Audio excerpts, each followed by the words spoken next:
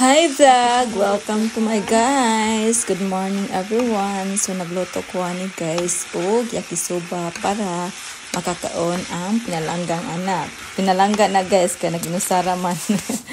And naluto na guys, sumao na nagkaon nami, nagpiyong-piyong pa siya, wa kay baw gilamian ba na or giduka. And sakit daw yang tail mo nang iyang gibutangan og tail. Hi guys! So since autumn na diri guys, padung na winter, kinahanglanan natin paggawas ng mga pangtugnaw nga sanina. Kani siya guys, kay pwede ni diri i-vacuum para muhiyos ba. Mo nang gamit guys, kay para makasave og space. Inya ato na ning ipagawas, napakuda kang piloonon, never mind the piloonon. Ato sa ning unahon ning mga pang winter, pangtugnaw ni Akiyo. Para dili mabugnawan ihang hubon. Mas nindot man gud ingon ani guys kay makasave og space. Limpyo na atong closet. Nindot tanahon basta hipos. Nagkagubot pa ay mga pang winter gipagawas na ay. Dapa ay kani pang summer hiposono na ni. Kanang daghan kay kag mga nakatambak nga sanina ba nya imong ginasuot ka balik-balik. Pero nindot jud sa mata basta mahipos na. Unya kay kapoy man ang mainom ta ning gaba. Di ning gaba, di magsaba ha. Gaba ni guys, yogurt na. Pampawala daw sa stress. Then after kay, nagluto ko og banana Q. So mo nang sugar guys, din dapat kay high heat para makaramelize dali ang sugar. Basta makaramelize na siya guys, kay palungon ang siga kay para dili siya mapagod. Then atong ilunod ang saging. Ilunod na ito balik para mapilit ang sugar. Pero paong na ni guys. Mas ganahan man ko na aning nga pagka-process guys. Kay makaramelize gitarong ang sugar ba. Di ko ganahan atong ang sugar kay magtibugol pa. Mas ganahan ko aning nga caramelized good. Kung feeling nyo kay nimilit na ang mga sugar guys. Kay kahaon na siya. And it's done. Then ang mantika kay diri ang prituhan ani para makasave og mantika ba.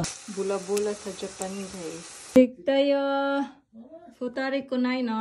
Then kani guys, kay Sunday ni, day off gahapon ko. After nahang mata kay nagpasa ko og books, nahumanin na nga books guys. Ang title ani kay The Art of Laziness. Napod ko na learn ani nga mga lessons nga pwede magamit sa lifetime gyud. Then dini nga part guys, kay atong slow mo kay para sa mga ganahan pud mo basa, makabasa mo ani nga part guys. 8 Japanese techniques to overcome laziness.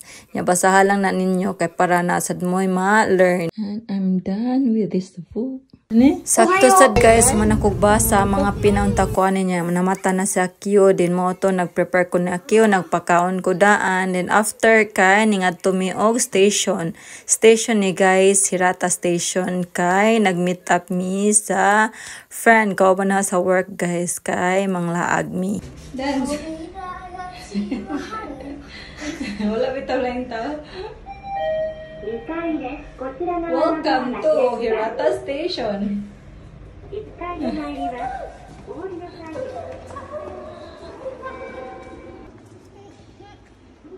Sige, okay. May na mo operate og elevator.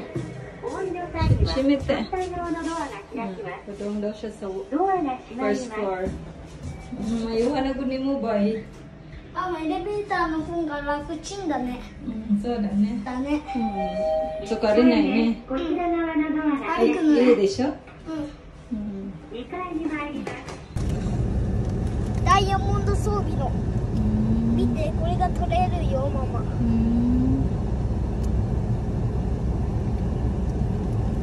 見て、ママ、見て、ダイヤモンドと金が持ってるよ。すごいじゃん。インゴットだよ。金のインゴット。すごいじゃん。持ってるよ。だからいっぱい持ってるでしょ。で燃やすよ、ママ。乾杯、ママのは乾杯。ママの乾杯は乾杯。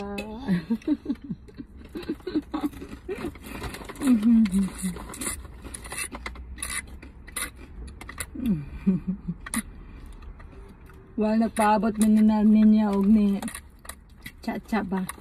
Mga unta. nagtagay-tagay ming aki, nag-snacks mi. Mga unta.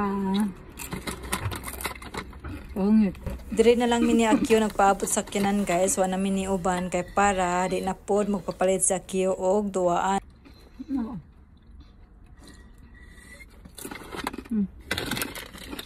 The sneakers.